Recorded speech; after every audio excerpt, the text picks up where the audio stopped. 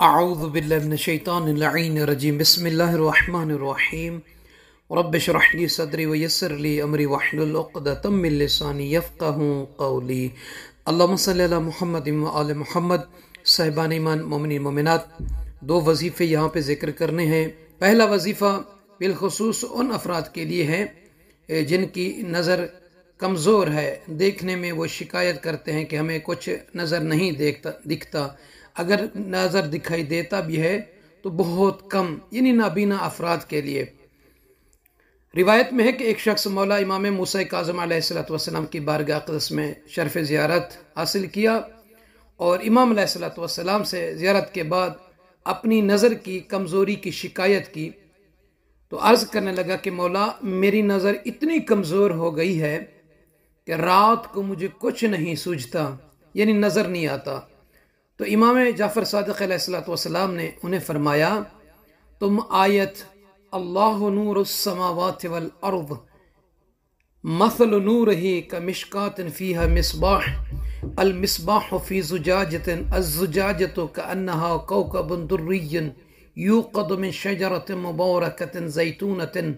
لا شرقیۃ ولا غربیۃ یکاد زیتہا یضیء ولو لم تمسسه نار نور على نور يهدي الله لنوره من يشاء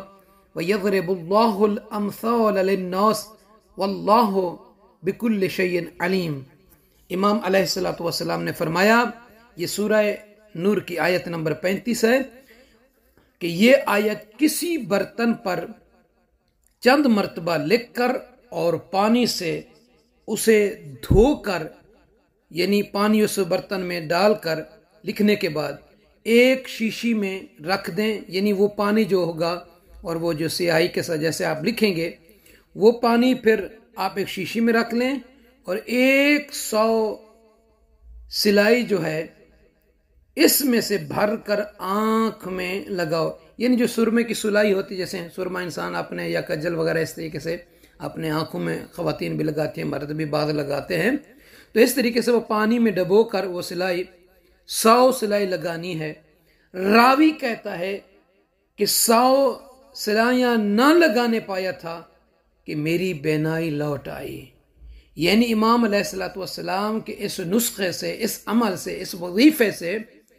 وہ جو جس کو شکایت تھی، کمزوری تھی بینائی کی، امام علیہ السلام کے اس وظیفے پر جب اس نے عمل کیا تو اللہ نے انہیں بصارت عطا فرمائی، یہ دیکھنے لگا، کمزوری جو بینائی والی تھی وہ ختم ہو گئی۔ تو صاحبان ایمان، دوسرا عمل، دوسرا وظیفہ ہے، بالخصوص جب آپ کوئی نیا لباس پہننا چاہیں تو اس کے لیے ہے وہ لباس آپ کا بابرکت رہے گا، اس میں خیر ہوگی۔ کرنا کیا ہے؟ پہلا جو عمل ہے وہ سرکار امام جعفر صادق علیہ السلام نے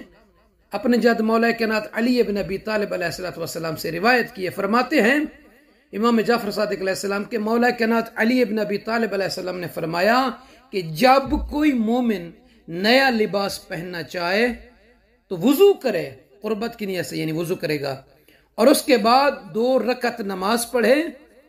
یعنی نیت کریں گے کہ 2 رکعت نماز پڑھتا ہوں قربتاً اللہ۔ طریقہ کیا ہے کہ پہلی رکعت میں سورہ الحمد کے بعد آیت الکرسی اور سورہ توحید اور سورہ قدر کو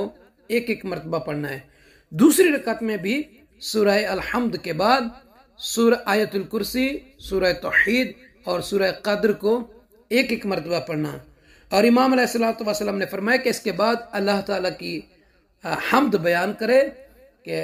خدا بندہ تو کریم ہے، تو شکر ہے، جو بھی اپنے الفاظ اللہ کی حمد ثنا کرے، جو بھی کر سکتا ہے بیان اپنی زبان میں وہ کرے، اور کہے لا حول ولا قوت الا باللہ۔ یہ چند ایک مرتبہ پڑھنے کے بعد اس لباس کے ہر تار کے بدلے میں فرشتے اس کے لیے اللہ کی تقدیس بیان کریں گے، استغفار کریں گے، اور اللہ تعالی رحم کرے گا۔ یعنی نیا کپڑا جب آپ خرید لیں تو سب سے پہلے آپ وضو کریں، قربت کی نیت سے 2 رکعت نماز پڑھیں جیسے بتایا ہے، اور اس کے بعد اللہ کی حمد و ثنا پڑھ کر لا حول ولا قوت الا باللہ کہیں اور اس کے بعد لباس پہنے. تو امام فرماتے ہیں کہ جب تک یہ لباس موجود رہے گا، جب تک یہ پہنتا رہے گا، اس لباس کے ہر حصے میں جتنے دھاگے ہیں، تاریں ہیں اس کپڑے کی، اس کے ہر تار کے بدلے میں اللہ تعالیٰ کے فرشتے تقدیس بیان کریں گے، اس کا اجر بھی اسے ملے گا،